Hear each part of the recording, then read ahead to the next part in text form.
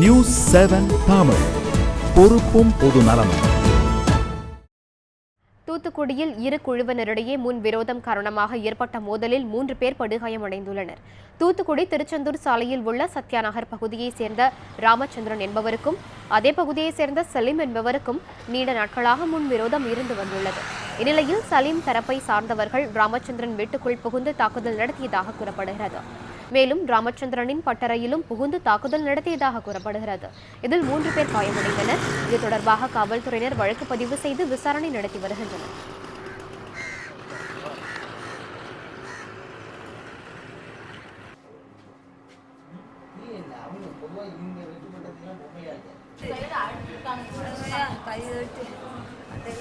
இங்கிட்டு வாங்க.